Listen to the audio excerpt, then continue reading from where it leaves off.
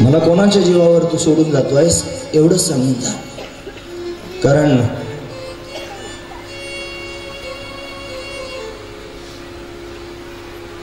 तुझ्याकरता सगळ्या संसाराची दानादिन करून टाकली, काहीच संसार ठेवला नाही. पतीला सोडून दिलं, घरादाराला सोडून दिलं, सगळ्या संसाराला सोडून दिलं, आणि तू त्याने मला सोडून चाललास, ज्याचे कारणे संसार सोडला. त्याने का बोला धरला गे माय, का बोलत नाहीस काही? तुझ्याकरिता संसार सोडून दिला, सगळ्या संसाराची दानादिन केली, आणि तू जातोयस. मला कोणाच्या जीवावर सोडून जातोस एवढंच सांग फक्त. काही उत्तर नव्हतं, देण्यासारखं उत्तरच नाही, काही बोललाच नाही. राधे, मला माझं कर्तव्य बोलावतंय, मी गेलं पाहिजे, मी जाणार आहे.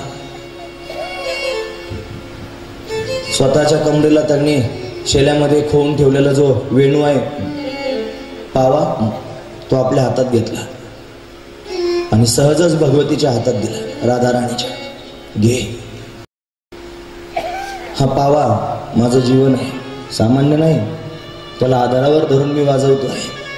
प्रत्यक्ष भगवान शंकराचा अवतार आहे पावा. हा पावा माझ्या अंतकरणातल्या भावना व्यक्त करण्याचं साधन आहे. त्या भावना मी व्यक्त करतो या माध्यमातून.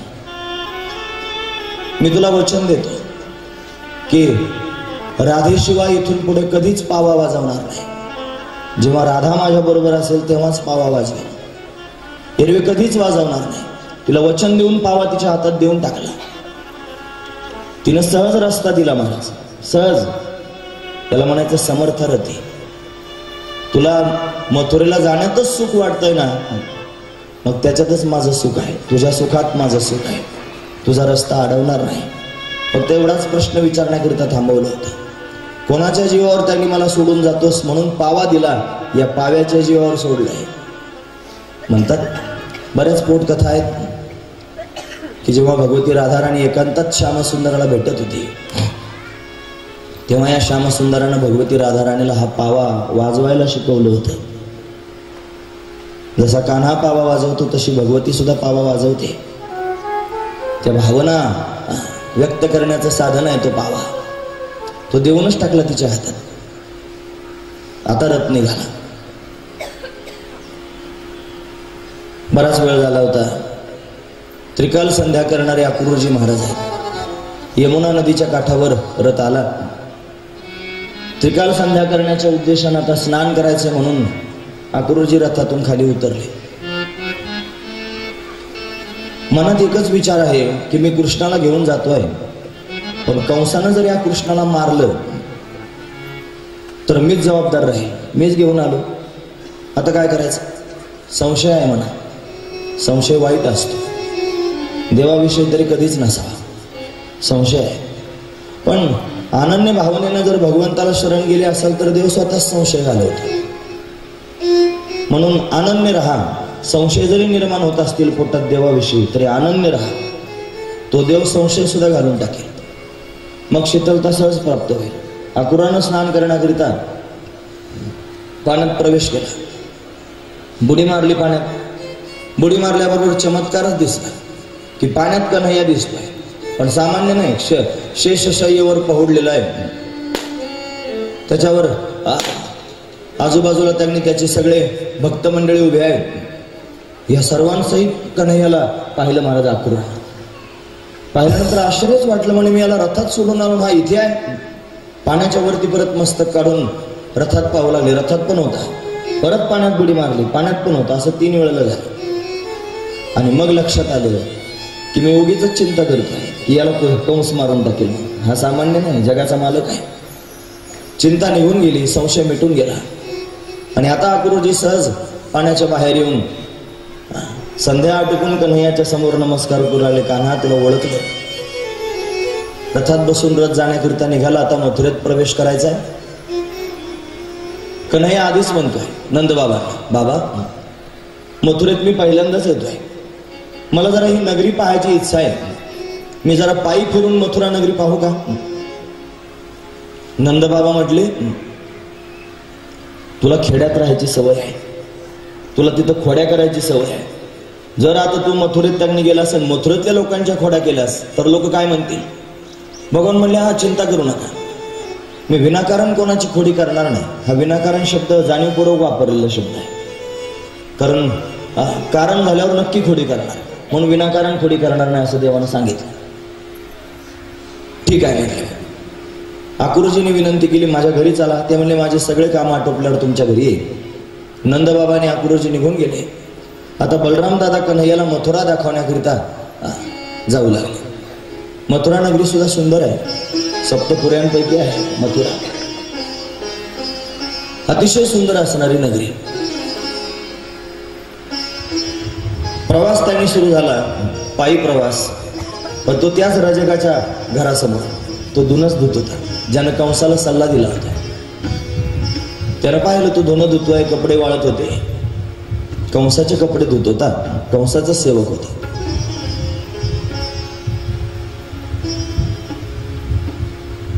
कन्हैया त्याच्याजवळ गेला. सगळे गोपाळ बरोबर होते, त्यांच्या अंगावर अंग भरून कपडे नव्हते घालायला. त्या रजकाच्या समोर जाऊन कन्हैया बोलू लागला, धोबी दादा, मी कृष्ण आहे, कंसाचा भाचा. हे सगळे माझे सवंगडी आहेत, यांना अंग भरून कपडे नाही तो घालायला. तुमच्याकडे फार कपडे दिसतात, थोडे देता का माझ्या मित्रांना? त्यानं वर पाहिलं. तू आहेस होय? कोण? कृष्ण. हो म्हणे मीच आहे. बरं झालं म्हणे आलास. का? तुझीच वाट पाहत होतो.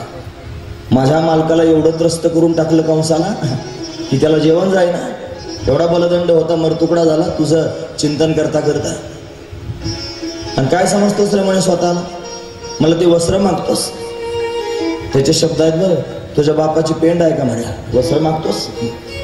भगवान पुन्हा शालीनतेने बोलू लागले, अहो किती प्रेमानं मी तुमच्याशी बोलतोय आणि तुम्ही एवढ्या रागात माझ्याशी बोलता. मग त्या अजूनच रागवला. रागवलेल्या माणसाबरोबर जर आपण प्रेमानं बोललो की त्याला अजून राग येतो, त्याला अजून राग आला. महाराज हातात काठी घेतली, मला शिकवतोस काय?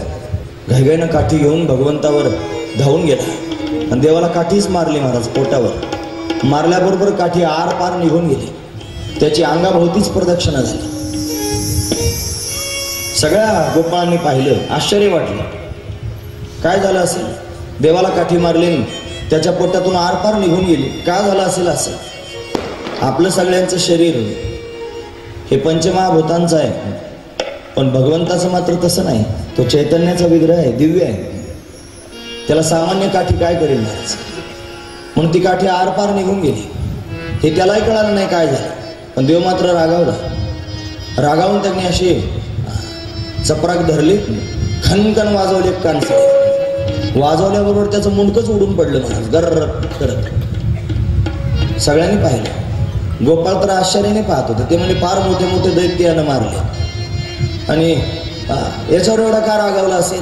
आता त्यांना काय माहिती, हा राग या जन्मातला नव्हता म्हणून, तो मागच्या अवतारातला होता. हा तोच आहे सीतेला वनवासाला कारणीभूत असणारा. मग तो परत आला, त्यावेळेला मर्यादा होती ना, काही करायचं नव्हतं, काहीच बोला. आता काही मर्यादा नाही म्हणून तोच आहे. राग आला तो, तेव्हाचा राग आठवून खणखण वाजवली, मुंडकच उडून गेले त्याचं. गोपाळांनी पाहिलं, थोडे वस्त्र घेतले गोपाळांनी दिले, पण त्यांच्या मापाची नव्हती, कंसाच्या मापाची होते. मग ते मोठे होऊ लागले. अहंकाराच्या मापाची वस्त्र भाविकाला येत नाहीत. तुम्ही ऐकतात ना सर्व? अहंकारी माणसाची दृष्टी वेगळी असते आणि भाविकाची दृष्टी वेगळी असते. अहंकारी माणसाला त्याचा अहंकार जपायचा असतो, त्याला खतपाणी घालायचं असतं, आणि भाविकाला अहंकार घालवायचा असतो. विरुद्ध टोक आहे. महत्वाची गोष्ट आहे. जो अहंकारी आहे तो कधी भाविक होऊच शकत नाही. कसं काय होईल? तो त्याच्या अहंकारालाच जपतोय. त्याला हे माहित नाही की जोपर्यंत तो अहंकार आहे तोपर्यंत देव त्याला भेटूच शकत नाही. म्हणून अहंकाराला घालून निघालं पाहिजे. म्हणून अहंकाराच्या मापाचे कपडे आहेत ते भाविकांना कसे येतील? गोपाळ भाविक आहेत, भगवंताचे भक्त आहेत. मग काय करायचं? पुढे निघाले. एक दर्जी समोरून आला, टेलर. त्याला सांगितलं, अहो एवढे कपडे माझ्या मित्रांच्या मापाचे करून देता का? एका मिनिटात तयार झाला. त्याला माहित होतं एक मुस्कडात वाजवले की मुंडकच उडून जाते, त्यापेक्षा अल्टर करून द्या. लगेच अल्टर करून दिले. गोपाळांच्या मापाचे कपडे झाले. आता सगळे निघाले पुढे. जात असताना त्यांनी महाराज एक माळी समोर आला. त्याचं नाव आहे सुदाम माळी. त्याच्या हातात फुलांची टोकरी आहे. त्यानं कन्हैयाला पाहिलं, त्याला फार समाधान वाटलं. त्यानं त्यांनी महाराज कन्हैयाच्या गळ्यात पुष्पांच्या माळा घातल्या. देवानं प्रसन्न होऊन त्याला आशीर्वाद दिला, सदा सुखी राहा. माळ्याच्या जातीला आशीर्वाद आहे देवाचा, सदा सुखी राहा. पुढे त्यांनी महाराज 3 ठिकाणी वाकडी असणारी एक स्त्री त्रिवक्रा हातात त्यांनी शृंगाराचं ताट घेऊन निघाली होती. आता या सगळ्या कथा तुम्हाला अशा घाईघाईनेच ऐकाव्या लागतील. आता मी काय करू त्याला, नाही तर याच्यात प्रत्येक गोष्टीत सांगण्यासारखं बरंच आहे. 3 ठिकाणी वाकडी आहे. ही प्रकृती आहे, त्रिगुणात्मक असणारी. तिच्याकडे कन्हैयानं पाहिलं, तिच्या हातात ताट आहे शृंगाराचं. कन्हैयानं तिला पाहिलं, कन्हैयाच्या मुखातून शब्द बाहेर पडले, सुंदरी आप कहा जा रही है. सुंदरी म्हणल्यावर तर ती इकडे इकडेच पाहायला लागली. तिला वाटलं कोण सुंदर स्त्री आहे. भगवान म्हणल्या तुम्हालाच म्हणतोय. मग कन्हैयाच्या जवळ आले, कन्हैयाकडे पाहतच राहिले.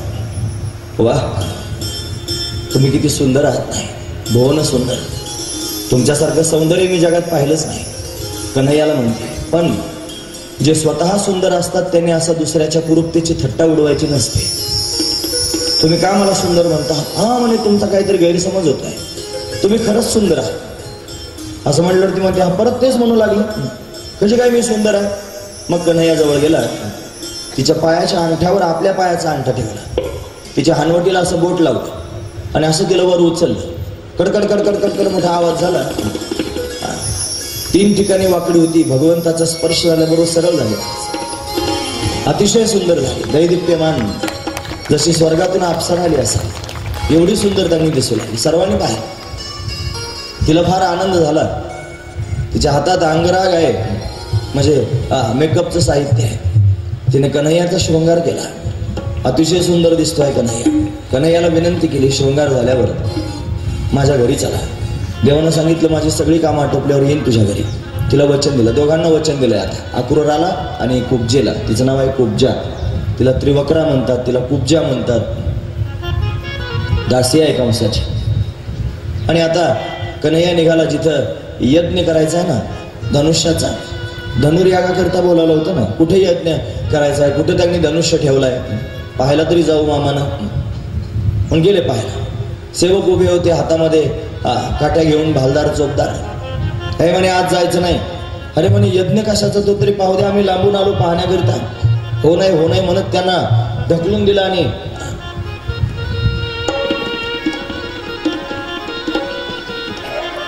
कन्हैया आतमध्ये गेला गोपाळांना बरोबर घेऊन. कुठे आहे म्हणे तुमचा तो धनुष्य. सगळे ते हसायला लागले मोठे मोठे. ते म्हणे अरे तुम्ही असे पोरं सोरं, तो धनुष्य काय कोणाचा पण काम आहे का पाहण्याचं. परशुरामानं दिलेलं धनुष्य होता कंसाला, आणि पुन्हा सांगितलं होतं की हा धनुष्यच तुला तुझ्या मृत्यूची बातमी देईल. असा असणारा तो धनुष्य होता. गेले पाहण्याकरिता, पाहू द्या तर म्हणे कसा आहे धनुष्य. कन्हैया गेला आणि गेल्यानंतर दागणी महाराज त्या धनुष्याला सहजच उचललं. सहज सगळे सेवक पाहतच राहिले कंसाचे. सहज उचलला यानं धनुष्य. म्हणे हा जुनाच धनुष्य आहे आणि या धनुष्याचा यज्ञ करायचा. पाहायला सुरुवात केली. पाहू तरी म्हणे कसा आहे, जरा वाकवून पाहू लागला. वाकवल्याबरोबर कडकड कडकड कडकड आवाज झाला, धनुष्य बंद झाला. राम अवतारात एक तोडला आणि कृष्ण अवतारात दुसरा तोडला. धनुष्य बंद झाला. आणि मग कंसाला त्याचा आवाज गेला. त्याला कळालं माझा मृत्यू आता जवळ आला. हा धनुष्य म्हणजे अहंकार आहे, हा तुटला पाहिजे. अहंकार रूपी धनुष्य तोडला रामानं, म्हणून तर शीतलता रूपी सीता प्राप्त झाली. शीतलता तेव्हाच प्राप्त होईल जेव्हा अहंकार रूपी धनुष्य तुटून जाईल. कन्हैयानं धनुष्यच तोडून टाकलं. आता निघाला. कंसानं कन्हैयाला मारण्याकरिता मोठा हत्ती आणून ठेवला. तर कुवलयाकडे त्याचं नाव. राजद्वारात त्यांनी होता. महावतानं त्याला दारू पाजली होती, भरपूर उन्मत्त झाला होता हत्ती. कन्हैयाला मारण्याकरिता त्यांनी सोडला. तर मोठे मोठे मल्ल आणून ठेवले होते. शल तो शल, चाणूर, मुष्टिक आदी करून त्यांनी मल्ल होते. पहिलवान, बलदंड असणारे पहिलवान, सर्व त्यांनी सज्ज होतं वातावरण. आता तो हत्ती आहे, त्या हत्तीनं देवाला पाहिलं महावतानं. कन्हैयाच्या अंगावर त्याला सोडून दिलं. हत्ती उन्मत्त होऊन त्यांनी आक्रमण करून आला देवावर. बलराम दादानी कन्हैयानं पाहिलं हत्ती अंगावर आक्रमण करून आले. दोघांनी विचार केला तर याला अद्दल घडवली पाहिजे. देवानं त्याची सोंड पकडलेली आहे, बलराम दादानी त्याची शेपटी पकडलेली आहे. दोघा भावांनी मिळून हत्तीला गरगर गरगर गरगर गरगर फिरवायला सुरुवात केली. हत्ती व्याकुळ होऊन त्यांनी चित्कार करू लागला. ते फिरवतायत फार वेग आला आणि वेग आल्यानंतर त्यांनी बलराम दादानी ती शेपटी सोडून दिली नाही. कन्हैयानं त्याची सोंड त्यांनी पकडून असा फिरवायला सुरुवात केली आणि फिरून फिरून धाडकन आपटला. कंसाच्या समोरच जाऊन पडला त्या सभेत. हत्ती गतप्राण झाला, त्याचे प्राण उडाले. सगळं जग ज्याच्या हाती, त्याला काय करेल हत्ती? मारूनच टाकला महाराज. हत्ती त्यांनी उद्धरून गेला भगवंताच्या हातानं, भगवंताच्या स्पर्शानं. बरेचसे सेवक आले, हत्ती उचलून बाहेर नेला. कन्हैयानं मल्ल सभेत प्रवेश केला. सगळा गाव, मथुरा गाव जमा झाला होता. आबाल वृद्ध त्यांनी आले होते पाहण्याकरिता मल्ल सभा. आणि मग त्यांनी कन्हैयानं प्रवेश केला. प्रत्येक जण कन्हैयाकडे पाहत होता. प्रत्येकाला कन्हैया वेगवेगळ्या पद्धतीने दिसत होता. भागवतकार वर्णन करून सांगतात. हरिम हे मल्लानाम शनिर्गुणाम नरवर स्त्रीनाम स्मरो मूर्तिमान गोपानाम स्वजनो सताम क्षतिभुजाम शास्ता स्वपित्रो शिशु मृत्युर्भोजपतेर विराड विदुषाम तत्वं परम योगिनाम वृष्णीनाम परदेवतेति विदितो रंगम गतशाग्रजा. ज्याच्या मनात जशी भावना तसा देव त्याला दिसू लागला. मल्लांना मल्ल वाटू लागला. पैलवाना असं वाटलं हा पैलवान आहे. वृद्धांना म्हातारपणाची काठी वाटू लागला. मित्रांना मित्र वाटू लागला. स्त्रियांना मूर्तिमंत कामदेव दिसू लागला. भक्तांना देव दिसू लागला. योग्यांना परमतत्व वाटू लागला. योद्ध्यांना योद्धा वाटू लागला. प्रत्येकाला ज्याच्या त्याच्या दृष्टीनं परमात्मा दिसू लागला. म्हणून दृष्टी महत्वाची. आपण ज्या दृष्टीने पाहू त्या दृष्टीने परमात्मा आपल्याला दिसेल. फक्त पाहण्याचा प्रयत्न करा. जाकी रही भावना जैसी प्रभु मूर्ति तीन देखी कैसी. जाकी रही भावना जैसे प्रभु मूर्ति तीन देखी कैसी. श्री राम जय राम जय राम, श्री राम जय राम जय राम, श्री राम जय राम जय राम. जिनकी रही भावना जैसे प्रभु मूरत तिन देखी तैसे. ज्याची जशी भावना तसा देव त्याला दिसला. भावे जैसा तैसा हरी एक. ज्याच्या भावनेला जसा वाटेल तसा देव त्याला दिसला. मल्लांना मल्ल वाटू लागला. शलतोशल त्याने भगवंताच्या अंगावर धावून आले. कुठ धावून आला. काही मारले गेले, काही पळून गेले. चाणूर मुष्टिक आता बलराम दादा आणि कन्हैयावर आक्रमण करून आले. मल्ल युद्ध अशा पद्धतीने होऊ लागले. चाणूर भगवंताबरोबर युद्ध करतोय, मुष्टिक बलराम दादा बरोबर युद्ध करतोय. मल्ल युद्ध, कुस्ती खेळतात. सगळे मथुरावासी लोक व्याकुळ झाले. कंसाला नावं ठेवू लागले. किती वाईट आहे म्हणे हा कंस, की हा त्यांनी एवढ्या सुकुमार असणाऱ्या मुलांना मारण्याकरिता एवढे मोठे मोठे मल्ल त्यांनी आणले आणि त्यांच्याबरोबर कुस्ती करायला लावतोय. सर्वजण त्यांनी कंसाची निंदा करत होते. इकडं त्यांनी मल्लयुद्ध सुरू आहे. कोणी कोणाला आटोपत नाही ते त्यांनी डावपेच करतायत. कन्हैया सुद्धा डावपेच करताय. पाहता पाहता दोघा भावांनी त्यांनी महाराज चाणूर आणि मुष्टिकाला त्यांनी त्रस्त करून टाकलेलं आहे.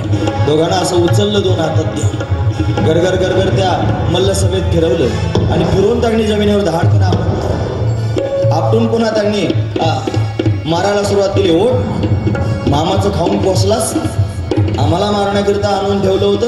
हा ओट आता कसे उठतील. यानं मारल्यानंतर उठायचं काही काम नाही महाराज. गतप्राण झाले. दोघांचे प्राण उडून गेले. कंसाला कळालं आता आपलीच बारी. कंसानं त्याचं स्थान सोडलं. आसनावरून उठून उभा राहायला पळू लागला. तो पळतोय हे पाहून कन्हैया त्यांनी धावू लागला. धावतच त्यांनी पायऱ्या चढून जातोय. थांब थांब थांब त्याला हाका मारतो. कंस त्यांनी पळतोय. कन्हैया त्याच्या जवळ गेला. कंसानं स्वतःचं संरक्षण करण्याकरिता गदा प्रहार भगवंतावर केलेला आहे. भगवंताने त्याची गदा सुद्धा सहन केली नाही. पाहता पाहता ती गदा घेऊन फेकून दिलेली आहे. कंस पकडला, पकडून त्याने ढकलला, ढकलून गडगड गडगड करत त्याने महाराज त्या पायऱ्यांवरून त्या मल्ल सभेत येऊन पडलेला आहे. कन्हैया धावतच त्याच्या मागे गेलेला आहे. त्याच्या छातीवर गुडघा ठेवून त्यांनी मारायला सुरुवात केली. कन्हैया मारतोय आणि सगळं आठवून आठवून मारतोय. उग्रसेनाला बंदीखान्यात टाकतोस काय? सगळ्या प्रजेचा छळ करतोस काय? माझ्या आईवडिलांना बंदीखान्यात टाकलंस काय? माझ्या 6 भावंडांना मारलंस काय? गोमातेचा छळ करतोस, ब्राह्मणांचा छळ करतोस, भक्तांचा छळ करतोस, असं म्हणून आठवून आठवून कन्हैया मारतोय कंसाला. कंस भयभीत झालेला आहे. कन्हैयाकडे पाहतोय. डोळे भरून कन्हैयाकडे पाहत असताना आकांत करत कृष्ण कृष्ण कृष्ण म्हणत कंसाने स्वतःचे प्राण सोडून दिले. सगळ्या मथुरावासी लोकांना आनंद झाला. कंस मारला गेला. ज्याला मारण्याकरिता प्रगट झाला होता त्याला मारलंच. महत्वाचा विचार, आपल्या अंतःकरणामध्ये प्रगट झालेला जो अद्वैत बोध आहे, जे दृढ अपरोक्ष ज्ञान आहे, तेच खऱ्या अर्थानं अहंकार रूपी कंसाला घालू शकतं. हे लक्षात घेण्यासारखं आहे. पण आपल्या पोटात जर सद्गुरु कृपेने बोध झाला असेल की मी ब्रह्म आहे, आणि तो जर अजून आदृढ असेल तर आदृढ बोधानं कंस मारला जाणार नाही. तो त्याने महाराज दृढ बोधानंच मारला जाईल. म्हणून त्याने अंतःकरणातला बोध दृढ करावा आणि दृढ बोध करून अहंकार रूपी कंसाला घालवावं. मग आनंदाची सृष्टी होईल. हे महत्वाचं चिंतन आहे. हे त्याच्यातून घेण्यासारखं आहे. आता मी सरळ पुढे त्यांनी जातोय म्हणून त्याचा विस्तार अजिबातही करणार नाही. कंस मारला गेला. सगळ्या गावाला आनंद झाला. सगळा गाव त्यांनी भगवंताच्या नावाचा घोष करू लागला. तारा है सारा जमाना, श्याम हमको भी तारो. तारा है सारा जमाना, श्याम हमको भी तारो. तारा है सारा जमाना, श्याम हमको भी तारो. तारा है सारा जमाना, श्याम हमको भी तारो. हमको भी तारो, श्याम हमको भी तारो.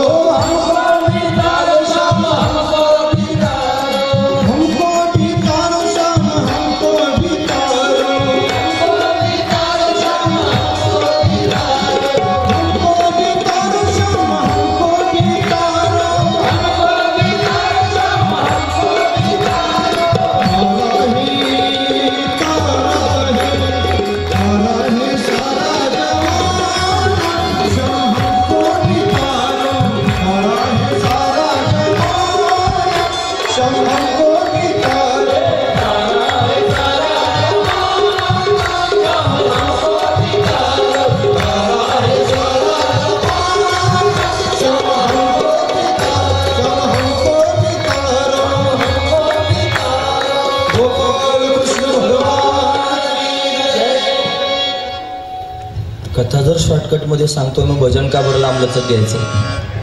वेळ कमी आहे ना, म्हणून घाईनं पुढे गेलं पाहिजे. चला, सगळा गाव आनंदानं विभोर होऊन नाचू लागला. सर्वांना आनंद झाला. आता मात्र कन्हैया कंसाला मारल्यानंतर सगळ्यात आधी कारागृहाच्या दिशेने गेला, बंदीखान्याच्या दिशेने. उग्रसेन बंदी होता. उग्रसेन म्हणजे मथुरेचा राजा, कंसाचा बाप. त्यानं बापच बंदीखान्यात टाकला होता. सगळ्यात आधी उग्रसेनाला बंदीखान्यातून मुक्त केलं, म्हणजे राजा मुक्त केला. हेच करण्याकरिता आलाय कन्हैया, मुक्त करण्याकरिता सर्वांना. त्याला बंदीखान्यातून सोडवलं आणि मग वसुदेव देवकीला सोडवण्याकरिता गेला. वाटच पाहत होते. याला पाहिल्यावर फार समाधान वाटलं महाराज. त्याला पाहून व्याकुळ झाली देवकी. कन्हैया, केवढ्या दिवसांपासून वाट पाहते, डोळ्यात प्राण आणून आताशी कुठे आलास? मोठे भावनिक प्रसंग आहे तो. त्याच्यात त्याने आपण वाहून गेलो तर मग आपल्याला कथा नाही पाहता यायची. म्हणून थोडं आवरूनच बोललं पाहिजे. मी आवरून बोलतोय. आणि इथून पुढच्या काळातही जरी कधी क्षेत्रात कथा झाली तरी मी आवरूनच बोलण्याचा प्रयत्न करणार आहे. कारण आपल्या अंतःकरणातल्या भावाचं लोकांच्या समोर प्रदर्शन करू नये. ते प्रदर्शन केलेलं सुद्धा देवाला आवडणार नाही. देवाकरताच जर कासावीस होऊन रडायचं असलं तर कुठेतरी एकांतात जाऊन धाय माकडून रडा, आकांत करून रडा. कोणाला दाखवू नका. लोकाला दाखवल्यानं त्याचं प्रदर्शन होतं. लोक तुमच्या पोटातला भाव पाहून जर सहज एखाद्याला काहीतरीच वाटलं, तो जर नुसता स्मित हास्य जरी करेल तरी त्या भावाचाही अपमान आहे, त्या देवाचाही अपमान आहे. म्हणून स्वतःला आवरूनच त्या प्रसंगांमध्ये प्रवेश केला पाहिजे. खरंच जर तुम्हाला वाटत असेल की भगवंताकरिता व्याकुळ होऊन रडायचं आहे, कोणालाच न कळू देता एकांतात कधीतरी जाऊन बसा आणि सगळं सांगा त्याला, सगळं बोला त्याच्याबरोबर. करता येतं, सगळ्यांना करता येतं, सगळ्यांना करता येतं, कोणालाही करता येतं.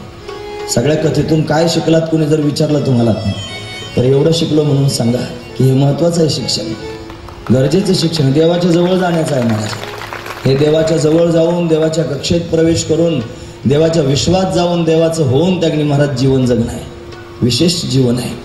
असो, त्याचाही विस्तार करायला नको. म्हणून देवकीनं आणि वसुदेवानं भगवंताला पाहून काय भावना उचंबळून आल्या आणि बोलायला सुरुवात केली. कन्हैया पण व्याकुळ झाला. मला काही बंधनं होती ना म्हणून मी घाईघाईनं तुमच्या समोर येऊ शकलो नाही, पण आलो ना आता. देवानं त्याला सवयच आहे अशी की असं काही प्रसंग तयार झाला की टाळून न्यायचं. म्हणून यानं अनेकांचे प्रसंग टाळले आतापर्यंत. बघा तुम्ही, कुंती स्तवन करायला लागले, कुंतीनं त्यांनी दुःख मागितलं, यानं टाळून दिलं. असं टाळतो महाराज. आई त्यांनी म्हणत होती ना यशोदा माई, तिला सुद्धा बोलता बोलता टाळून पुढे निघाला. असाच आहे. आता मात्र सर्वांना बंदीखान्यातून मुक्त केलं. साधू संतांना बंदीखान्यात ठेवलं होतं कंसानं, त्यांनाही मुक्त करून टाकलं. म्हणतात साधू संतांना रथालाच जोडलं होतं या कंसानं, एवढा अत्याचार करत होता. साधूचा आदर झाला पाहिजे. कधीच साधूविषयी आपल्या अंतकरणामध्ये वाईट विचार नसावा. आपला काय अधिकार आहे? आपण जर त्यांनी साधू पाहिला, त्याच्या अंगावरचे भगवे वस्त्र पाहिले, महात्मा पाहिला, आपण त्याच्याविषयी प्रश्नचिन्ह तयार करतो. लोक ढळढळीत प्रमाण देतात. वरी भगवा झाला नावे. तुला कोणी सांगितलं पंचायती करायला? तुला काय पडलं त्याच्या वाचून? आमचे बाबा म्हणायचे, जर तुला एखादा महात्मा दिसला, साधू दिसला, तर तुला जर करता आलं तर त्याला नमस्कार कर, पण त्याच्या उचापती मात्र कधीच करू नको. महत्वाचा मुद्दा सांगतोय. म्हणून आपल्याला काय अधिकार नाही कोणाच्या उचापती करण्याचा. साधूचीच काय, कोणाचीच उचापत करू नये. काय पडलं त्याच्या वाचून? त्याच्या पापात त्यांनी आपण एखादा जर तुमच्या डोळ्यासमोर वाईट वागत असेल, तुम्ही त्याची जर चर्चा करत असाल, एखादा सामान्य मनुष्य जरी असला तो पाप करतोय आणि तुम्ही पाहिलं आणि ते पाहून तुम्हाला वाईट वाटलं, तुम्ही त्याची चर्चा करू लागले, बघा बघा तुम्ही त्याच्या पापात सहभागी होता. पडलं काय त्याच्या वाचून? तर तुमच्याकडे काय अधिकार नाहीत त्याला थांबवायचे. तुमच्यात जर सामर्थ्य असलं की त्याला पाप करण्यापासून परावृत्त करता येईल तर तुम्ही अवश्य करू शकता, पण तुम्हाला तेही करता येत नाही. कशाला उगाच त्याच्या उच्चपती करायचे? पडलं काय त्याच्या वाचून? पण सावधान, मस्त राहायचं. ओके, त्याचं पाहून आपण का विचारात पडायचं? नाही तर आपला पंथ दूर होईल. नाही तेची घेता श्री आणि होईल दुरीनीचं पंथ. जे नाही ते डोक्यावर घेऊन जर आपण फिरू लागलो तर आपलाच मार्ग बाजूला जाईल. आपल्या मार्गावर चालण्याचा प्रयत्न करा. उलट आपण फार नाजूक आहोत. आपलं वैराग्य नाजूक आहे, आपली भक्ती नाजूक आहे. कधी हातातून सुटेल सांगता येत नाही. या लोकांच्या झंझटीत जर आपण पाहत बसलो तर आपलं बाजूला राहिलं आणि त्यांचंच पुढे येईल. घरच्यांचंही नीट करता यायचं नाही आणि आपलं नीट व्हायचं नाही. म्हणून या उचापती करायच्या नाहीत महाराज. मस्त राहायचं, भगवंताचं चिंतन करायचं. कर्मप्रधान विश्व रची राखा, जो जसं करो होस तसं फल चाका. सिद्धांत लक्षात ठेवायचा. देवाने कर्मप्रधान विश्वाची रचना केलेली आहे. जो जसं कर्म करील तो त्याचं फल प्राप्त करून घेईल. आपल्या कुठे वाट्याला आला, आपण कुठे चौकशा करायच्या कोणाच्या? म्हणून हे करायचं नाही. म्हणून साधूला नमस्कार करावा. साधूचा छळ देवाला सहन होत नाही, म्हणून साधूचा अपराध आपल्या हाताने घडू नये. म्हणून साधूंनाच जोडलं महाराज रथाला आणि हकालत होता. अशी एक कथा भागवतात मध्यंतरी आली होती. आता आपल्याला रिवर्स टाकायचा नाही ना, पण आठवली म्हणून एक वाक्यात सांगतो. नहुष नावाचा राजा होता, नहुष. आणि तो पुण्याच्या प्रभावानं स्वर्गाचा राजा झाला. इंद्रपदावरून खाली उतरला. इंद्राची पत्नी होती ना शची, तिच्याशीच त्यांनी लग्न करायचं म्हणायचं. ती प्राप्त व्हावी. तिला त्रास देऊ लागला. ती म्हणली असं करा, तुम्ही एका विशेष रथात बसून जर आलात तर मी तुमच्याशी लग्न करेन. म्हणे का, कोणत्या रथात? म्हणे तुम्ही आजपर्यंत कोणीच बसलं नाही अशा रथात साधूंचा रथ तयार करा आणि साधूंना ओढायला लावा. केलं ना त्या नहुषानं तसंच. साधू झुंपले रथाला. हातात त्यांनी चाबूक घेतला आणि मारायला लागला. सर्प सर्प म्हणायचं, म्हणजे लवकर चला लवकर चला. रागावले ना ते, रागावून शाप दिला मूर्खा. सर्प सर्प म्हणतो, सर्पच होशील. नहुष स्वर्गाधिपती झाला, परी रहाटे भांबावला, नेनो भुजंगत्व पावला. भुजंग झाला, साप झाला महाराज. साधूचा त्यांनी अपमान झाला म्हणून सर्प व्हावं लागलं. म्हणून साधूचा अपमान त्या कंसानं केलेला आहे, म्हणून तर त्यांनी महाराज मरावं लागलं. पण भाग्यवान आहे कंस. साधू त्यांनी अपमान झाला तरी सुद्धा वाईट करण्याची भावना ठेवीत नाहीत. म्हणून त्याचा उद्धार झाला. मागच्या जन्मातला काल नेहमी होता, ती कथा त्याच्यात आहे, पण ते आता नंतर कधीतरी. हे पग क्षेत्रात जर कथा होणार असेल, क्षेत्रात जर त्यांनी कथा कीर्तनांचे कार्यक्रम होणार असतील तर तुम्हाला आवर्जून कळवलं जाईल. त्यापेक्षा तुम्हाला जर त्यांनी वाटत असेल की कथा परत ऐकावी, कीर्तन त्यांनी ऐकावं किंवा सत्संगात त्यांनी प्रवेश करावा, तर तुम्ही आवर्जून जाणीवपूर्वक या संयोजक मंडळींबरोबर संपर्क करा.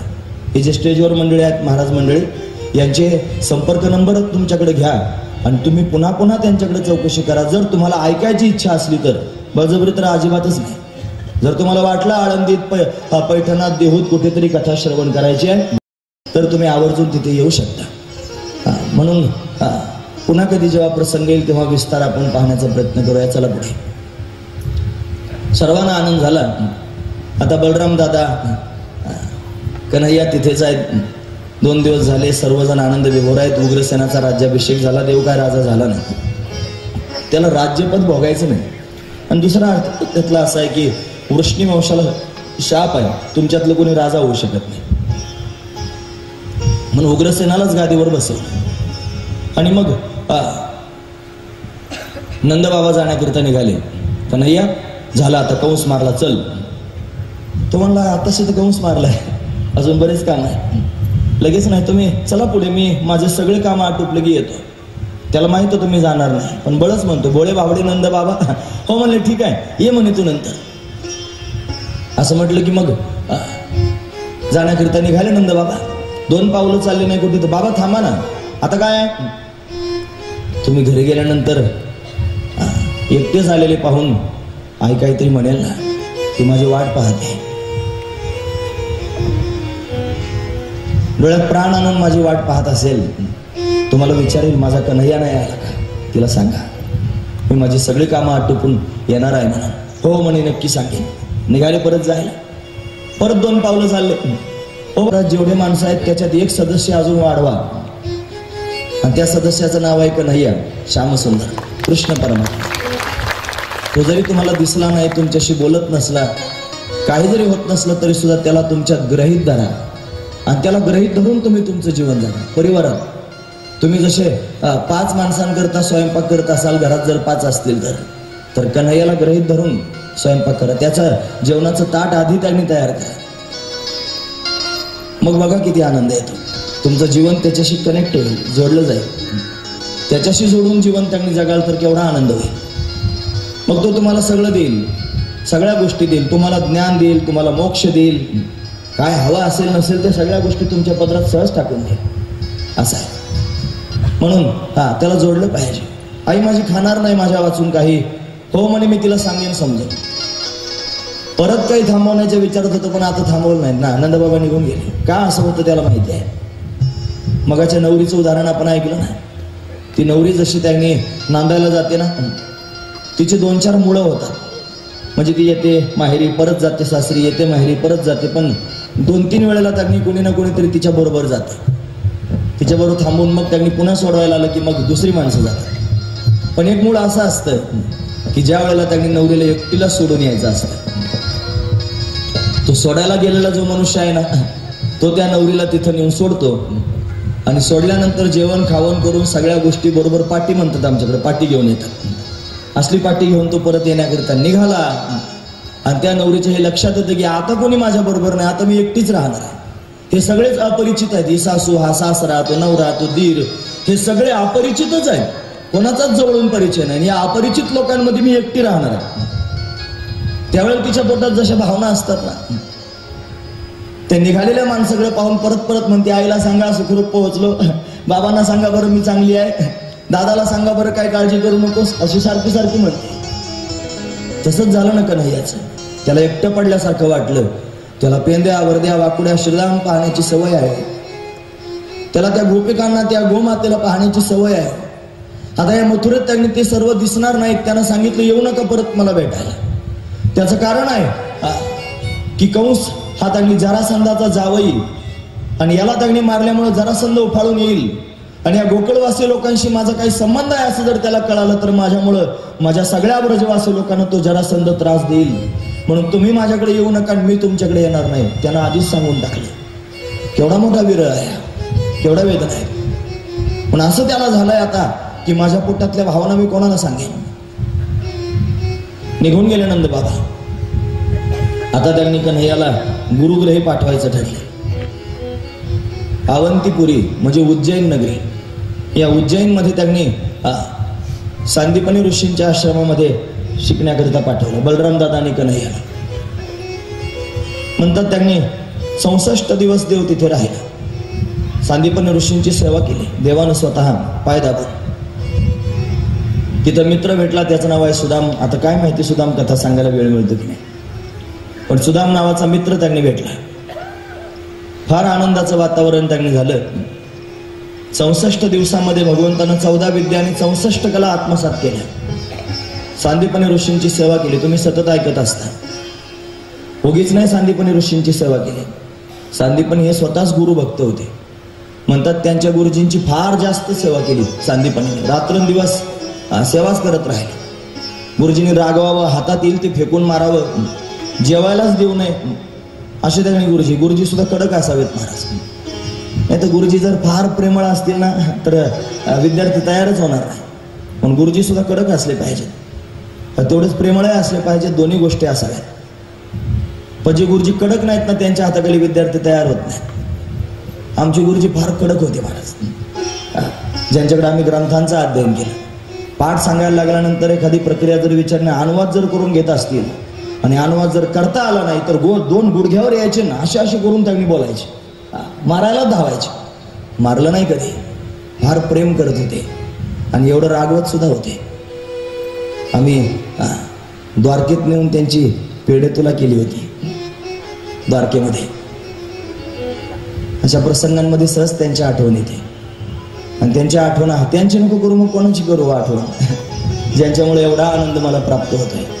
भगवंताचं चिंतन करता येतं. हे महात्मे असेच आहेत. पण असं गुरुजींची सेवा करत होते सांदीपनी ऋषी. रात्र बरीच झाली होती, हे पायच दाबीत होते. गुरुजींना जाग आली.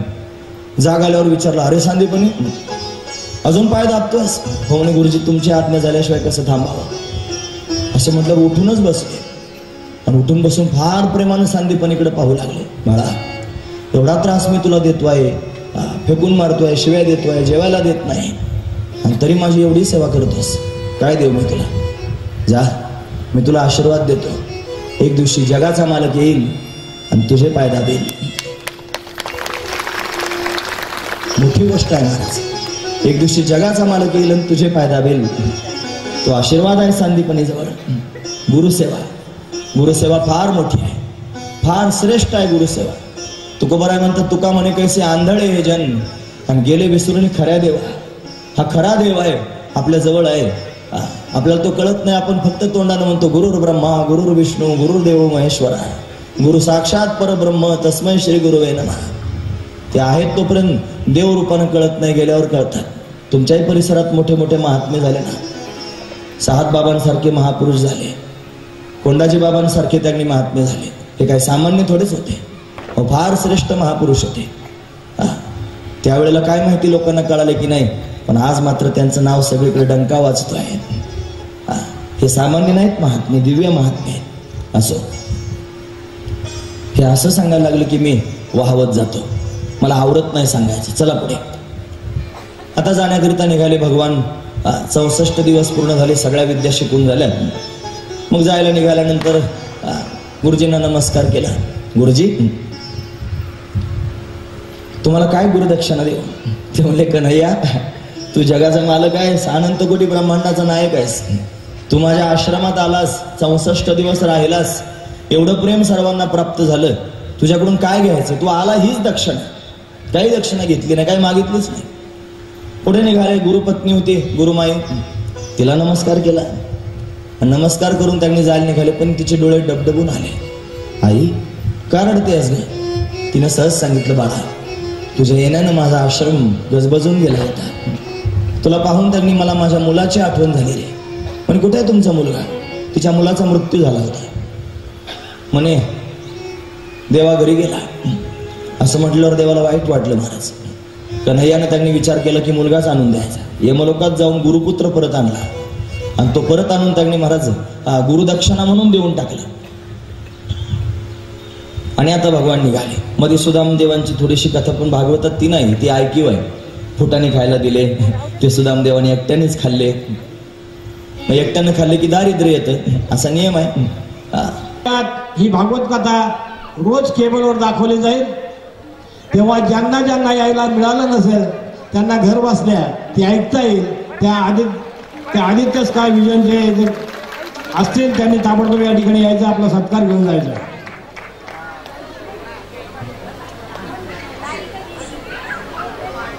या ठिकाणी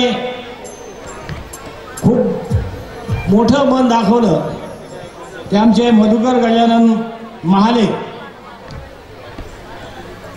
त्यांच्याकडं कार्यक्रमाचे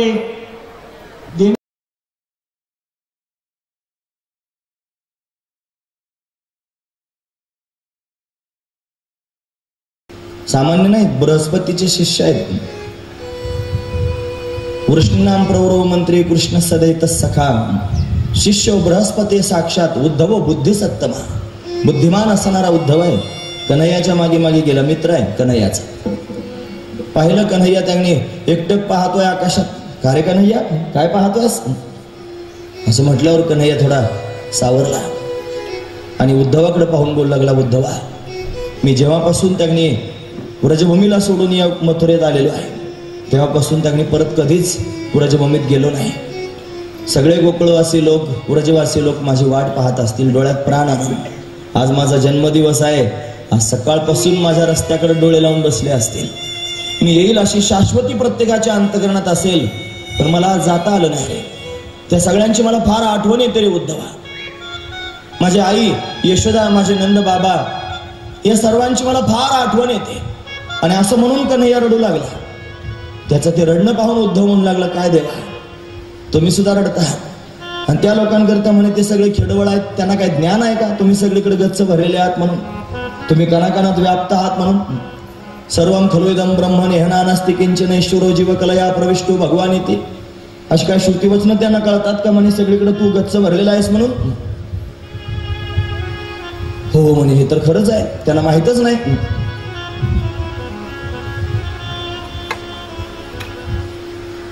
आता काय केलं पाहिजे मग? कोणीतरी त्यांना सांगायला गेलं पाहिजे, ज्ञान सांगितलं पाहिजे, मग ते खऱ्या अर्थानं समाधानी होतील. कोण जाईल त्यांना ज्ञान सांगायला? उद्धव म्हणला, मी आहे ना, मी जातो ना. देवाला हेच पाहिजे होतं, कारण उद्धव फार चांगला होता, शुद्ध अंतकरणाचा, निर्मळ स्वभावाचा होता. पण ज्ञान झालं होतं, आणि फक्त ज्ञान झालं नव्हतं, ज्ञानाचा फुगा आलेला होता. आद्यस्थ अधिष्ठानाशिवाय बोलत नव्हता, ब्रह्ममायेशिवाय सांगत नव्हता, सारख्या प्रक्रियाच बोलत होता, प्रक्रियांशिवाय दुसरं काही बोलतच नव्हता. देव म्हणला, अरे हो, जरा जमिनीवर ये थोडा. सारखा त्यागणी एवढ्या प्रक्रिया सांगत राहशील. अभिमान झाला होता ज्ञानाचा, आणि तो जर घालवायचा असेल तर कशानंच जाणार नाही, फक्त प्रेमानं जातो. म्हणून प्रेम सुख दे, प्रेम सुख दे, प्रेमाविन नाही समाधान. प्रेम असलं तर अभिमान होणारच नाही. मग काय केलं पाहिजे आता? म्हणून याला पाठवलं पाहिजे ब्रजभूमी, त्याला प्रेम काय असतं हे कळावं म्हणून आता पाठवायचं ठरलं.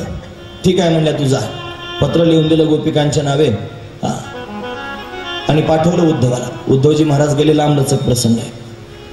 गेले, त्यांना घर सापडत नव्हतं. कोणाला विचारलं, मग सांगितलं कोणीतरी बोटभर पाण्याची पनळी वाहत होती. ते म्हणले, कोणाला विचारूच नकोस नंदभवन कुठे. ही पाण्याची पनळी जिथून उगम पावली तिथं जा, नंदभवनच असेल. म्हणे, कसली पाण्याची पनळी आहे? म्हणे, आमचा कन्हैया जेव्हापासून गेला ना ब्रजभूमीला सोडून, तेव्हापासून गोकुळातल्या सगळ्या गोपिका यशोदा राणीची सांत्वना करण्याकरिता येतात, आणि तिची सांत्वना करता करता स्वतःच अंग टाकून रडू लागतात. आणि त्यांच्या रडण्यानं त्यांनी अश्रुधारा ज्या वाहतात, त्या अश्रुधारांची असणारी ही पनळी आहे. उद्धव म्हणला, बघा बावळट लोक, कुशाल रडतात म्हणे. सगळीकडे देवगच्च भरलेलं आहे, त्याच्याकरिता रडत आहेत. हे ब्रह्मज्ञान आहे उद्धवाचं. ज्याच्या डोळ्याला देवाकरिता टिपूसभर पाणी आलं नाही त्याला पनळी काय मान्य होईल महाराज? आणि त्या लोकांनी मान्य सुद्धा करू नये हे पनळ्या फिरण्या आणि डोळ्याचं पाणी सुद्धा. महत्वाचा विचार हे त्यांच्याकरता नाहीच. ते हे त्याने देव उभा आहे ही गोष्ट खरी आहे, पण साधू संतांनी तो का उभा आहे त्याचं कारण सांगितलं. उभा भाविकासाठी, तो वाट पाहतोय भाविकाची. भाविके त्यांची आवडी मोठी. त्यांची फार मोठी आवड आहे भाविकांची. तो भाविकांकरताचं जे भाविक आहेत त्याच्याकरिता निश्चितच त्यांनी व्याकुळ होता. पण उद्धवाला ते कळालं नाही, अजून भाविक झाला नव्हता म्हणून. आणि गेल्यानंतर त्यांनी यशोधराणीची अवस्था त्यानं पाहिली. ती पाहून अर्धा ज्ञानाचा अभिमान तिथंच संपला. त्याच्यानंतर दुसऱ्या दिवशी गोपिकांना भेटण्याकरिता गेला पत्र घेऊन. गोपिकांनाही सांगू लागला तत्वज्ञान. गोपिकांनी भ्रमरगीत गायलं. मधुपकितव बंधो मा स्पृशा घ्रीम सपत्न्या कुच विलुलित माला कुंकुमश्मश्रु भेरण वहतु मधुपतिस्तन मानिनी नाम प्रसादम, असं लांबलंच काय भ्रमरगीत. ते सगळं गीत त्यांनी गोपिकांनी गायलं. आणि त्या गीतातला भाव आहे. त्या गोपिका म्हणत होत्या एका भोंग्याकडे पाहून, भोंग्या कसा काळा आहेस रे तू, एका फुलावर बसतोस, त्यातला मकरंद सेवन करतोस आणि परत दुसऱ्या फुलावर जाऊन बसतोस, आणि दुसऱ्या फुलावर बसला की मागच्या फुलाची आठवण सुद्धा करत नाहीस. असाच आहे तो काळा सुद्धा. तो सुद्धा या व्रजवासी लोकांना वेळ लावून निघून गेला मथुरेत आणि आता आमची आठवण सुद्धा करीत नाही, असं म्हणून बोलत होत्या. काय चूक होती त्या वालीची, यानं त्याला लपून बाण मारला. काय चूक होती त्या शूर्पणखीची, यानं तिची नाक आणि कान कापून टाकले. काय चूक होती त्या बळीची, यानं त्याला पातळात नेऊन घातले. असे शब्द ऐकल्यावर तर उद्धवाच्या लक्षातच आला, अरे या गोपिका सामान्य नाहीत, यांना माहिती आहे हा अवतार आहे म्हणून, यांना माहिती आहे हा देव आहे म्हणून, यांना माहिती आहे हा प्रत्यक्ष परब्रह्म आहे म्हणून. उद्धवाचा अभिमानच संपला. तुम्हाला एवढं ज्ञान आहे मग रडतात का बरं? त्या रडण्यातलं प्रेम उद्धवाला आता कळणार आहे. मग गोपिकांच्या समोर जाऊन तत्वज्ञान सांगायला लागला. गोपीनं प्रश्नच विचारला, उद्धवा तो म्हणला असं करा, सर्वत्र परमात्मा व्याप्त आहे त्याच्या ठिकाणी मन लावा, तिथेच मन ठेवा. गोपी म्हणली, उद्धवा माणसाला मन किती असतात रे? 5 असतात का 25? तो म्हणे एकच असतं. मग एकच जर मन असतं आणि तो काळा ते मन आमचं बरोबर घेऊन गेलेलं आहे, आता कुठे मन लावायला लावतं? असं त्यांनी बोलायला सुरुवात केली. असं म्हणता म्हणता कन्हैयाचं स्मरण झाल्याबरोबर कन्हैया तिथे प्रगट झाला गोपिकांच्या समोर. रास करू लागला. उद्धवानं पाहिलं, तोंडात बोट घातलं. म्हणलं बघा भामटा, मला म्हणलं जेव्हापासून गेलो त्यांनी मथुरेला तेव्हापासून एकदाही आलो नाही व्रजभूमीत, माझ्या आधी हजर आहे, यांच्यावर रास करतोय, आता काय करायचं? पाहता पाहता अंतर्धान झालं. पुन्हा गोपिका रडू लागल्या, अंग टाकून देऊ लागल्या, झाडांना वेलींना यमुनेला विचारू लागल्या, माझा कान्हा कुठे गेला?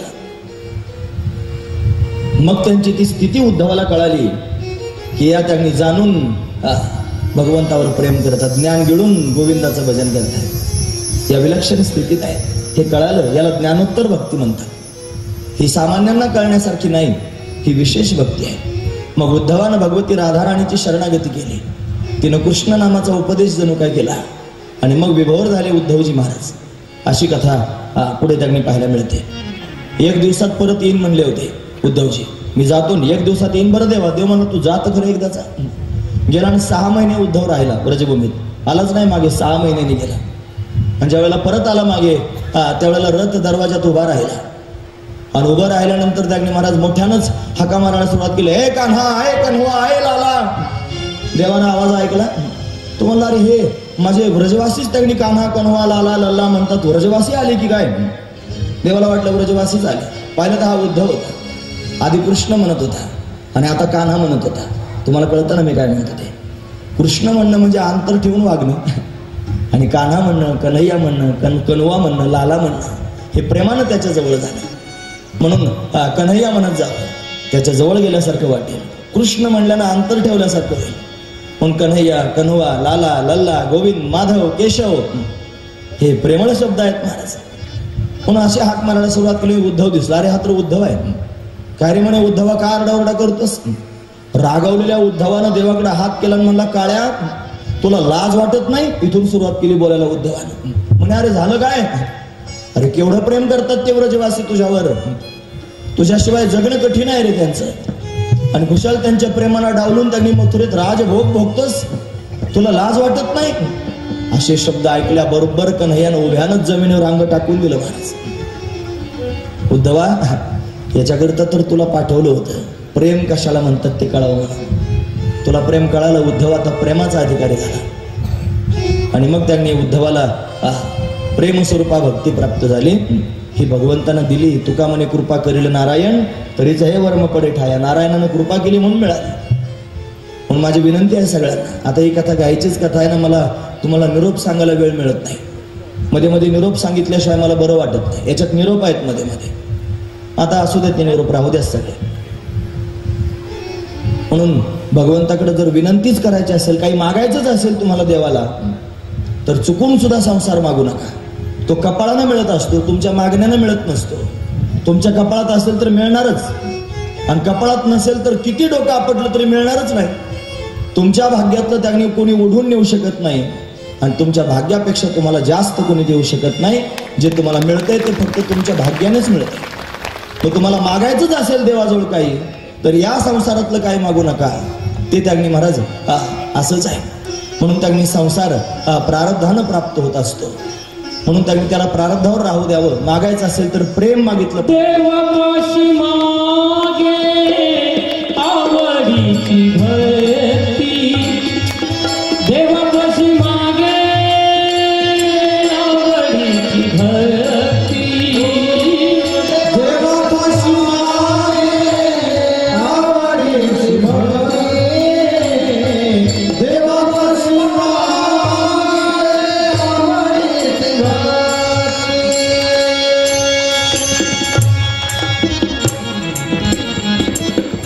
देवापाशी आवडीची भक्ती मागावी. माझ्याकडे सूचना येतात ना, म्हणून तुम्हाला थांबवलं की काल्याचा प्रसंग विस्ताराने सांगा.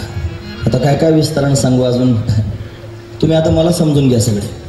अजिबात चिठ्ठी पाठवू नका आणि काही सूचना देऊ नका.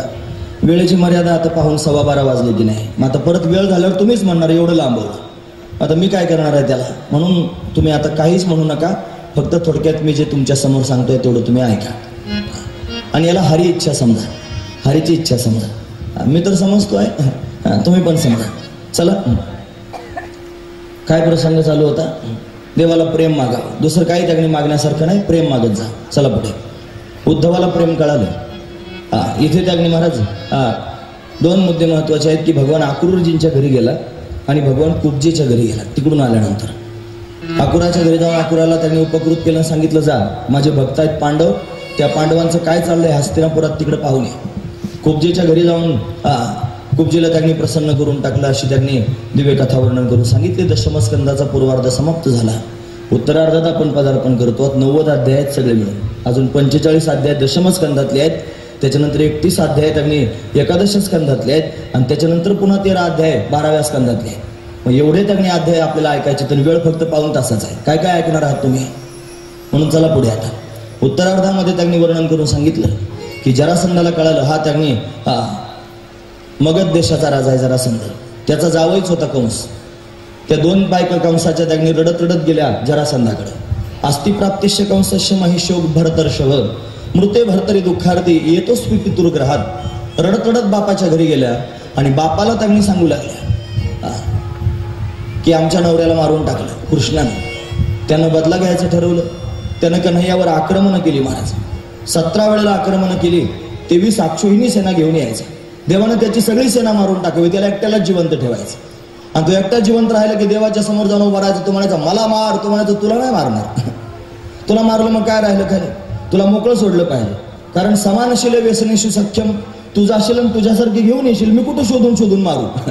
दुराचारीच मारायचे होते ना. हा जरासंध दुराचारी आहे, तो जाईल आणि त्याच्यासारखी घेऊन येईल म्हणून त्याला मोकळं सोडायचं. देव तो जायचं आणि तेवढेच घेऊन यायचं, एवढी सेना घेऊन यायचं आणि देव जागेवर बसून मारायचं.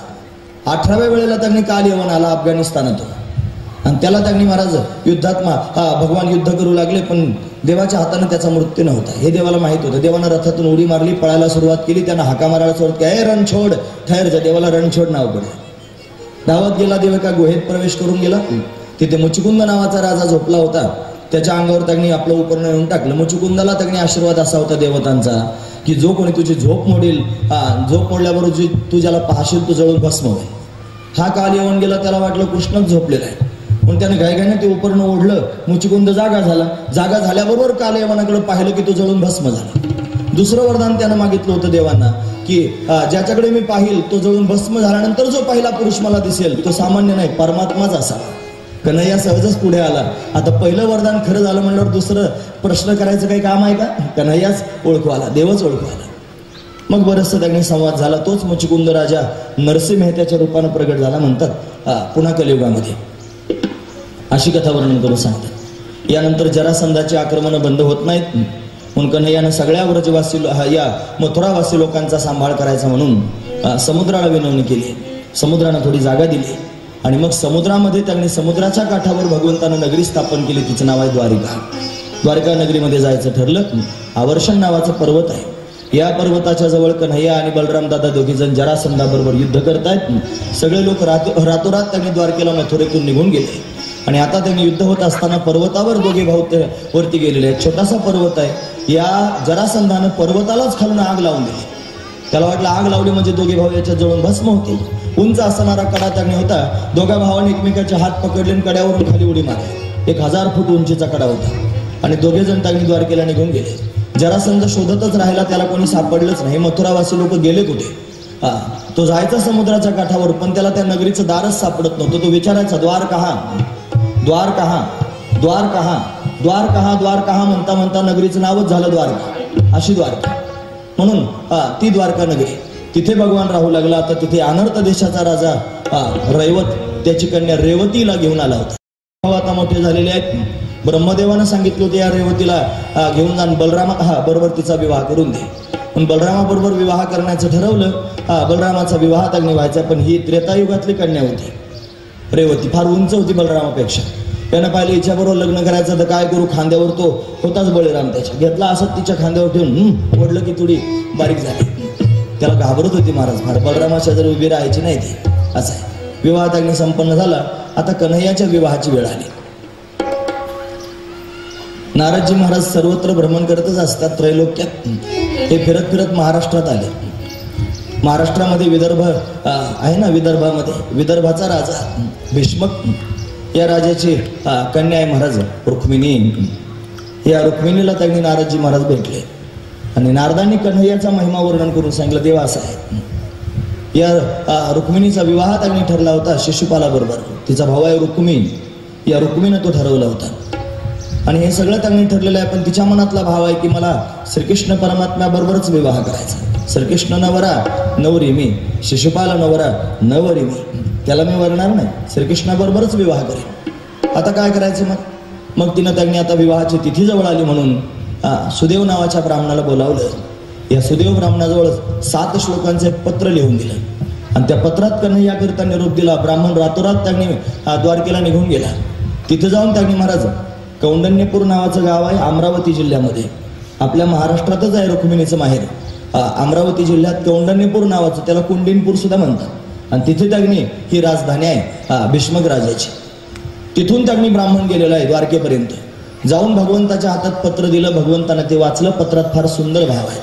हरी रुक्मिणी वाच हे श्रुत्वा गुणान भुवन सुंदर शृण्वतान्ते निर्विश्य कर्ण विवरेर हरतोंगतापम रूपम दृश्याम दृश्यमता नखिलार्थ लाभम त्वयच्युता विशति चित्तम पत्रपम मे कात्वा मुकुंद महती कुलशील रूप विद्यावयोद्रविण धाम विरात्मतुल्य धीरापतिम कुलवती नृणीत कन्या कालेंद्रसिंह नरलोक मनोभिरामम तन्मे भवान. लांब आहे. 7 श्लोक आहे. श्लोकांमध्ये भाव असा आहे की देवा तू फार सुंदर आहेस. तुझं सौंदर्य मला कळालंय. मी मनोमन तुला पतिरूपानं स्वीकार केलेला आहे. तू माझा सांभाळ करण्याकरिता, माझा स्वीकार करण्याकरिता ये. जर तू आला नाहीस तर मी काय करेन ते सुद्धा त्यांनी धोक्याची सूचना दिली. यस्यांगिरी पंकज हस्नपनम महांतो वांछन्ति उमापती रेवात्मतमोपहत्ये यरिहंबुजाक्षण लभेत भवत प्रसादम जयामसून व्रतकृषात शतजन्म विस्यात. जसं त्यांनी महाराज पार्वतीने भगवान शंकराला प्राप्त करून घेण्याकरिता व्रतवैकल्य करून त्यांनी स्वतःचं शरीर कृश करून टाकलं, असं त्यांनी तुझ्या प्राप्तीकरिता मी त्यांनी माझं शरीर संपवून टाकीन पण शिशुपालाबरोबर लग्न करणार नाही. स्पष्ट शब्दात लिहिलं. देवानं विचार केला की हिचं लग्न जवळ आलेलं आहे. किती जवळ आलेले आहे. आता सगळी वराडी त्यांनी येतील. जर मी लवकर गेलो नाही तर बिचारी मरून जाईल. म्हणून कन्हैया त्यांनी महाराज रथात बसून एकटाच निघालेला आहे सुदेव ब्राह्मणाला घेऊन. रथ महाराष्ट्रात आलेला आहे कौंडण्यपुरामध्ये. तिथं त्यांनी महाराज सगळे वऱ्हाडी मंडळी आली होती. शिशुपाल आदी करून सगळे आले होते. आणि नियम असा होता की नवरीनं त्यांनी भगवती पार्वतीची पूजा करण्याकरिता, गिरिजेची पूजा करण्याकरिता जायचं. पण रुक्मिणी माता त्यांनी गिरिजेची पूजा करण्याकरिता निघाली होती. पत्रात असं लिहिलंच होतं अंतपुरांतरचरी म्हणे हत्यबंधुम स्वामुद्भहे कथवेदी प्रवदाम्य पायम पूर्वेद्युरस्ती महती कुलदेवी यात्रा यस्याम बहिर्नववधूर गिरिजामुपेयात. पण गिरिजेच्या दर्शनाकरिता नववधू जाईल तिथे तुम्ही या आणि मला घेऊन जा असं त्यांनी सांगितलं होतं. रुक्मिणीचं सौंदर्य त्यांनी पाहिलं. सगळ्या सेवकांची समाधी लागली. गिरिजेच्या समोर त्यांनी रुक्मिणी माता गेलेली आहे. गिरिजेची विनंती केली की मला कन्हैयाच पतिरूपानं प्राप्त व्हावा. गिरिजेनं आपल्या गळ्यातली पुष्पांची माळ देऊन टाकली महाराज रुक्मिणीला. आणि मग शाश्वती आली की देव मला घ्यायला येणार आहे. आणि असंच झालं. कन्हैया आला. सगळेजण समाधीस्थ आहेत. जण कोणाला कळालंच नाही. कन्हैयानं सर्वांच्या समोर रुक्मिणीला आपल्या बरोबर घेतलं. रथात घेऊन निघाले. सर्व शुद्धीवर आले. शिशुपाला आदी करून सर्वांना कळालं. रुक्मिणीला कळालं. त्यानं देवावर आक्रमण केलं आणि जातानाच प्रतिज्ञा करून गेला. म्हटला जर रुक्मिणीला परत घेऊन आलो तरच राज्यात प्रवेश करेल, नाहीतर परत राज्यात यायचं नाही. युद्ध झालं घनघोर. आता मारणारच आहे देव त्यांनी. इतक्यात रुक्मिणी व्याकुळ झाली. माझ्या भावाला मारतोय.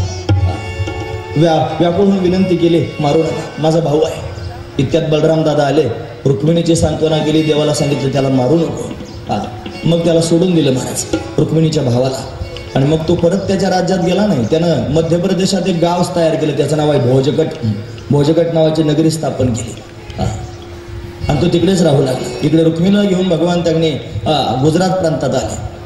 डायरेक्ट द्वारकेत गेले नाहीत. माधवपुरात गेले. माधवपूर नावाचं गाव आहे. या माधवपुरात जाऊन भगवंतानं रुक्मिणी बरोबर विवाह केला. आणि तो विवाह राक्षस विधीनं केला. असं त्यांनी भागवतात वर्णन आहे. म्हणून आता त्यांनी आपण विवाह भगवंताचा पाहतो आहोत. त्याच्यात आपण सहभागी होणार आहोत. म्हणून त्यांनी आता हे सगळे तयारी झाली ना विवाहाची. विवाहाची तयारी करतील. थोडं संकीर्तन करून त्यांनी एक मंगलाष्टक होईल आणि मग आपण पुढील प्रसंगात प्रवेश करू. वो मेरी सखियों मुझे मेहंदी लगा दो, मेहंदी लगा दो, मुझे सुंदर सजा दो, मुझे श्याम सुंदर की दुल्हन बना दो, मुझे श्याम सुंदर की दुल्हन बना दो, मुझे श्याम सुंदर की दुल्हन बना दो, मुझे श्याम सुंदर की दुल्हन बना दो। वो मेरी सखियों मुझे मेहंदी लगा दो, मेहंदी लगा दो, मुझे इतनी सजा दो, मुझे श्याम सुंदर की दुल्हन बना दो, मुझे श्याम सुंदर की दुल्हन बना दो, मुझे श्याम सुंदर की दुल्हन बना दो, मुझे श्याम सुंदर की दुल्हन बना दो। तो सुनने मेरी बात चलाई, सुनने मेरी बात चलाई, सद्गुरु ने मेरी की। विवाहात आपण सहभागी होणार आहोत. पण जोपर्यंत प्रसंग होत नाही तोपर्यंत खाली बसा. आणि विवाह झाल्यानंतर मग तुम्ही संकीर्तनात सहभागी व्हा.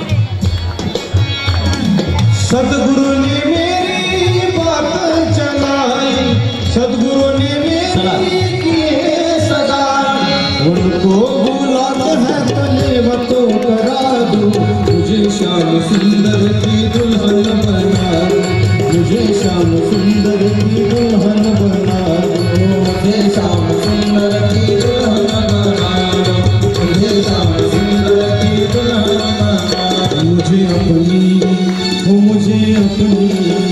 मुझे अपनी दुल्हनिया बना लो, मैं दीवानी बनी, मैं दीवानी बनी, दीवानी बनी, मैं दीवानी बनी, दीवानी बनी, मैं दीवानी बनी,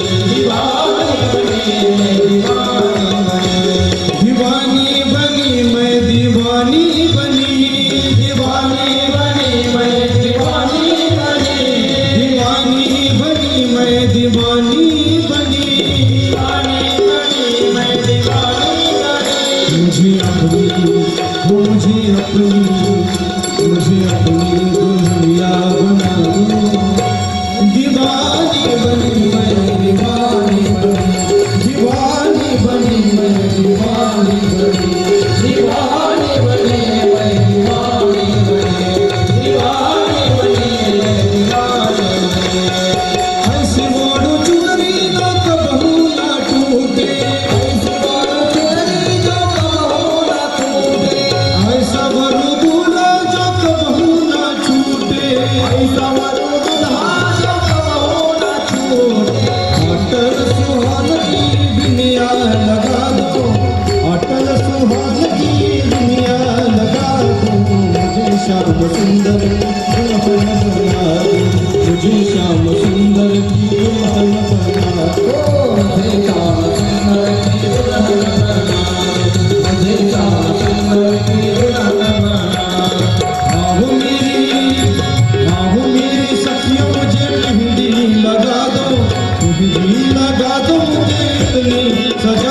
दो, मुझे श्याम सुंदर दुल्हन बना दो, मुझे श्याम सुंदर की दुल्हन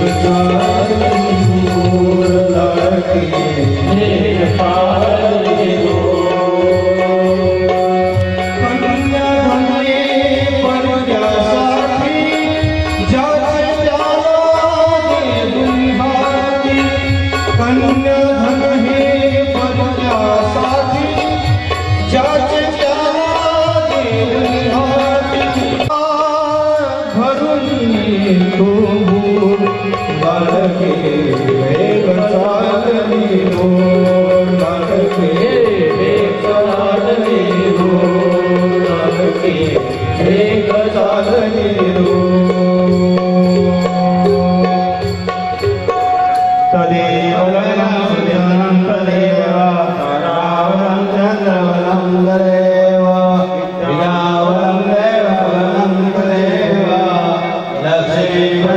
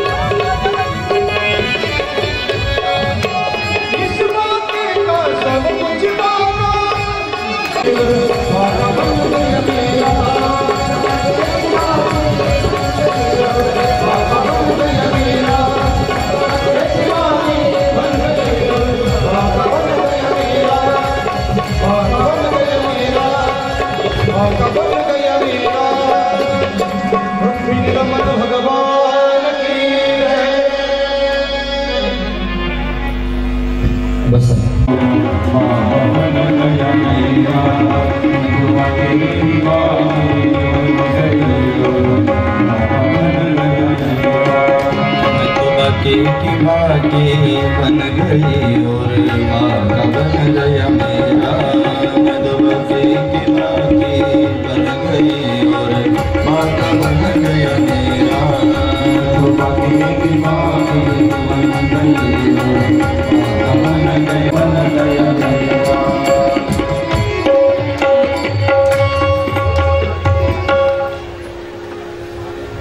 भगवती रुक्मिणी अतिशय आनंद विभोर आहे। भगवान श्यामसुंदर प्रतिरूपानं प्राप्त झाला। हे रुक्मिणी स्वयंवर म्हणजे तत्वमसी महावाक्याचा भावार्थ आहे। ज्ञान आवरण विक्षेप परोक्ष ज्ञान अपरोक्ष ज्ञान शोकनाश आनंदावाप्ती आभासाला ज्ञान होतं आणि ते ज्ञान झालं की मग त्याला कळतं मीच ब्रह्मरूप आहे। आणि असं कळालं की तो जीव त्यांनी त्या परमतत्वामध्ये एकरूप होऊन जातो। एकरूप आहेच त्याला जाणीव होते। याला जीवब्रह्मैक्य ज्ञान म्हणावं। म्हणून जीवरूपी रुक्मिणी आहे। या जीवरूपी रुक्मिणीनं परमात्मरूपी श्रीकृष्ण परमात्म्यामध्ये एकरूप होणं हा रुक्मिणी स्वयंवर आहे। हा स्वयंवर म्हणजेच आसी पद आहे। या आसी पदानं दोघांना एकत्र केलं तत्वम आसी हे महत्वाचं आहे। पण असं रुक्मिणी स्वयंवर पाहिलं पाहिजे। असो रुक्मिणीला आनंद झाला। माधवपुरात विवाह संपन्न झाला। तिथून भगवान द्वारकेत निघून गेलेले आहेत। सर्व द्वारिकावासी लोक आनंदी आहेत। भगवंताचा विवाह झाला।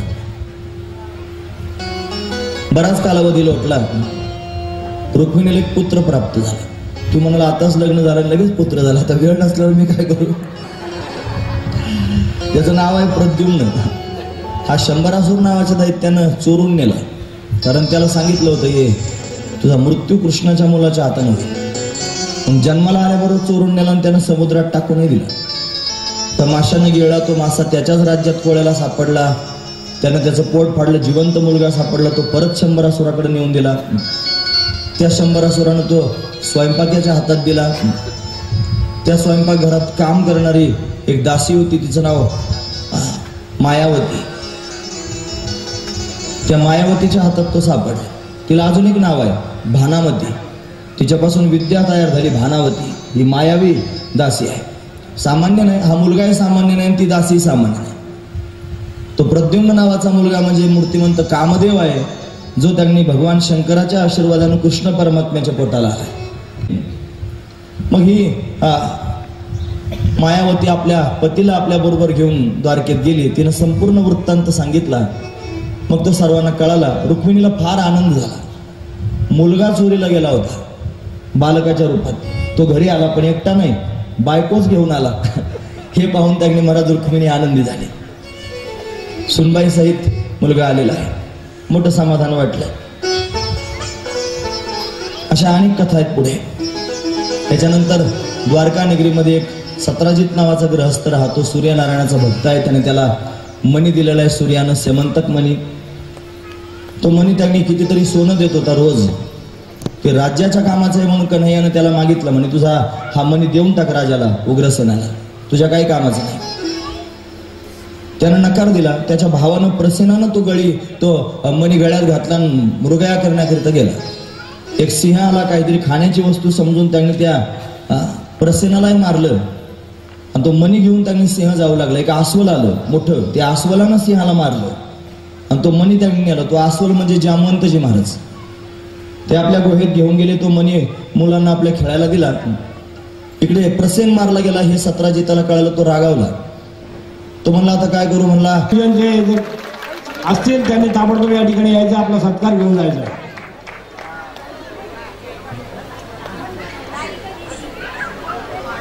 या ठिकाणी खूप मोठं मन दाखवलं की आमचे मधुकर गजानन महाले त्यांच्याकडं कार्यक्रमाचे